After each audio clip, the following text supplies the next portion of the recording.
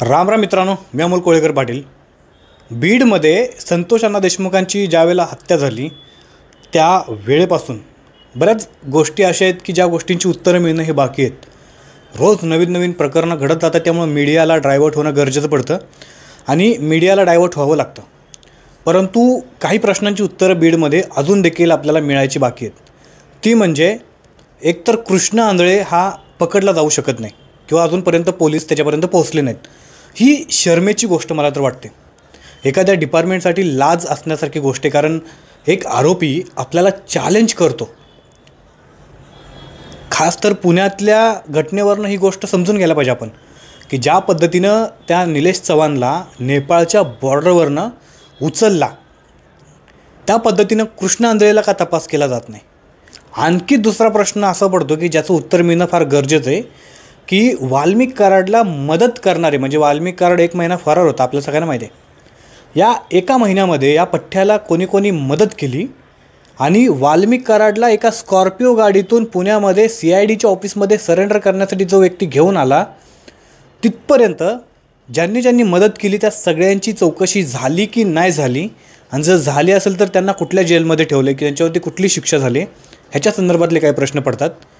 दुसरी गोष्ट, वारंवार एक गोष्ट सांगितली जाते की वाल्मिक कराडला बीड जिल्ह्यामध्ये जेलमध्ये VIP ट्रीटमेंट मिळते आणि वारंवार ही मागणी केली जाते की वाल्मिक कराडला बीड जिल्हा सोडून त्याला इतर जिल्ह्यामध्ये शिफ्ट करावा, जेणेकरून त्याचं जे इन्फ्लुअन्स आहे त्या ठिकाणच्या पूर्ण अधिकाऱ्यांवरती ते राहणार नाही आणि त्याला जी VIP ट्रीटमेंट मिळते अशा प्रकारचे जे काही आरोप केले जात आहेत ते आरोप आपल्याला करायची संधी मिळणार नाही.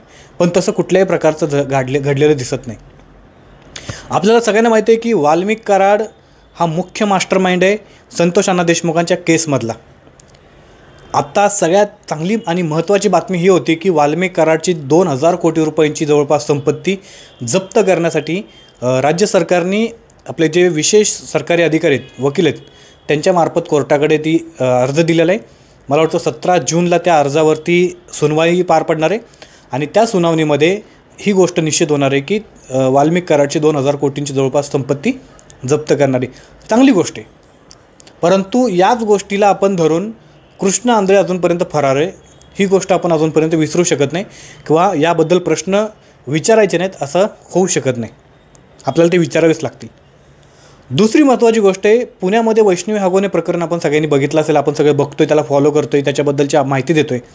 या वैष्णवीचा सासरा राजेंद्र हागवणे आणि सासू लता हागवणे, या लता हागवणेचा जो भाऊ IG सुपेकर आहे, या सुपेकराचा संबंध आता वाल्मिक कराडसोबत जोडला जाऊ लागला आहे. कारण याच सुपेकराच्या मदतीनं वाल्मिक कराडला बीडच्या जेलमध्ये VVIP ट्रीटमेंट मिळते अशा प्रकारचा एक धक्कादायक आरोप अंजली दमानी यांच्याकडनं केलेला आहे की वाल्मिक कराडला बीडच्या जेलमध्ये ठेवायच्या पाठीमागचं सगळ्यात मोठं मास्टरमाइंड कोणाचं असेल तरी सुपेकरांचं आहे आणि या सुपेकरांकडून त्या वाल्मिक कराडला त्या ठिकाणी VIP ट्रीटमेंट मिळते.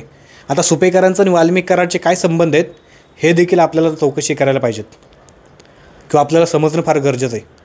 आणि या सुपेकरावरती फक्त एवढंच आरोप होत नाही आहे, ऑलरेडी वैष्णवी हागवण्याचं प्रकरण घडायच्या अगोदर या पठ्ठ्यांनी जेलमध्ये जे कैद्यांना दिल्या जाणाऱ्या सुविधा आहेत, ज्या वस्तू आहेत, त्या वस्तूंच्या पाठीमागे करप्शन केलेलं आहे, 500 कोटी रुपयांचा घोटाळा केलेला आहे आणि त्याच्यासाठी चौकशीची एक समिती नेमली होती.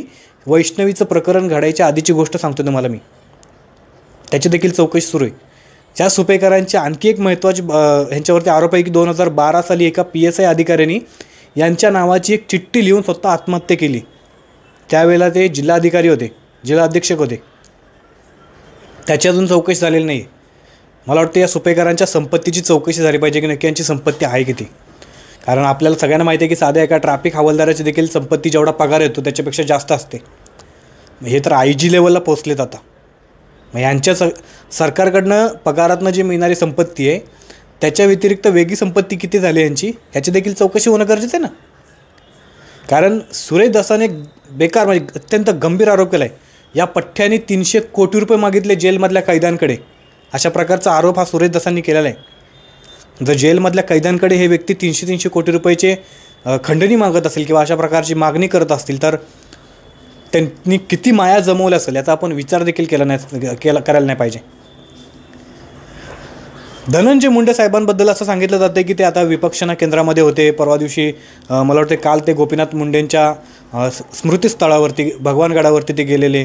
त्यांनी एकत्र जेवण केलं. त्या ठिकाणी पंकजा मुंडेंचं भाषण झालं, परंतु धनंजय मुंडेंनी त्या ठिकाणी कुठल्या प्रकारचं भाषण केलं नाही. ह्या सगळ्या प्रकरणामध्ये असं सांगितलं जातं की धनंजय मुंडे सध्या शांत राहायचा प्रयत्न करत आहेत आणि त्यांच्या कार्यकर्त्यांकडनं, त्यांचे जे समर्थक आहेत त्यांच्याकडनं अशा प्रकारचं सांगण्यात येतं की ही वादळापूर्वीची शांतता आहे. मला वाटतं ही शांतता ना त्यांनी फार अगोदर घ्यायला पाहिजे होती.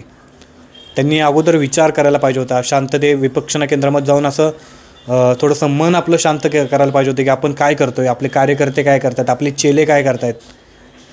जर असं त्यांनी आधीच केलं असतं तर मला वाटतं संतोष अण्णा देशमुखांचा जीव हा वाचला असता. त्यांची इतक्या क्रूरपणे हत्या झाली नसती.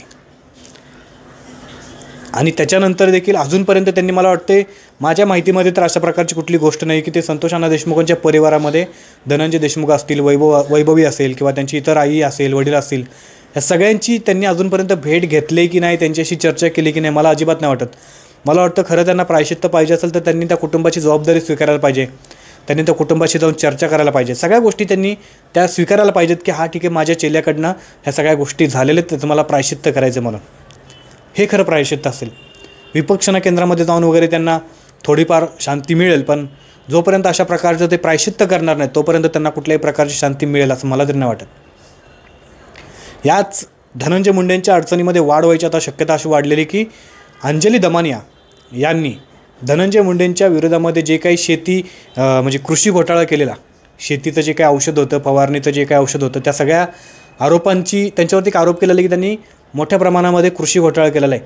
त्या कृषी घोटाळ्याचे सगळे डॉक्युमेंट्स ACBला, अँटी करप्शन ऑफ ब्युरोला आज दिलेले आहेत. 4-4.5 तास त्यांची चौकशी झाली. अंजली दमानिया यांची चौकशी म्हणजे चर्चा झाली. अंजली दमानिया यांच्याकडनं पुरावे घेतले, माहिती घेतली आणि त्याच्यानंतर आता धनंजय मुंडे यांची देखील ACBकडून चौकशी केली जाऊ शकते. हां, आता ही गोष्ट वेगळी आहे की राज्य सरकार असेल किंवा केंद्र सरकार असेल कशाप्रकारे यंत्रणांचा दुरुपयोग करून, गैरवापर करून त्यांना आपल्या ताब्यात ठेवते आणि आपल्या फेवरमधल्या लोकांची चौकशी कशाप्रकारे एकदम सॉफ्टली करायची, किती डिले करून करायची, हे सगळं ते करतात. परंतु त्यांची आता अंजली दमानिया यांची लोकायुक्तांकडे देखील चौकशी होणार आहे, म्हणजे माहिती देणार आहे ते.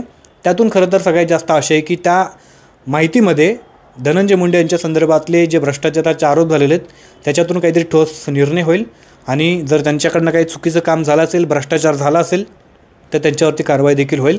पण त्यांच्यावरती कारवाई व्हायला पाहिजे जर त्यांनी काही असं भ्रष्टाचाराचा आरोप केला, जे आरोप केलेले ते खरं निघाले तर. कारण शेतकऱ्यांचा पैसा खाणं म्हणजे सोपं नाही आहे. इथे 1-1 रुपयासाठी शेतकरी 24-24 तास राबतो. त्याच्यामुळं धनंजय मुंडेंच्या अडचणींमध्ये वाढ व्हायची शक्यता आहे. त्यांच्या अडचणी काही कमी व्हायची शक्यता नाही आहे. या सगळ्या प्रकरणामध्ये वाल्मिक कराडला VIP ट्रीटमेंट कोण देते किंवा कोणाच्या सांगण्यावरनं मिळाली जाते? खरंच सुपेकरांचा आणि वाल्मिक कराडचा काही संबंध आहे का? आणि वाल्मिक कराडचा सुपेकराचा जर काही संबंध नसेल तर वाल्मिक कराडला VIP ट्रीटमेंट देण्यासाठी कुणी फोन करून सांगितलं असेल किंवा कुणी त्यांना सल्ला दिला असेल किंवा कुणी आणखी काही गोष्टी दिल्या असतील? तुम्हाला काय वाटतं ते कमेंट करून तुम्ही नक्की सांगा. बाकी चॅनलला सबस्क्राईब नसेल केलं तर नक्की करा. जय शिवराय, जय शंभूराजे, जय मल्हार.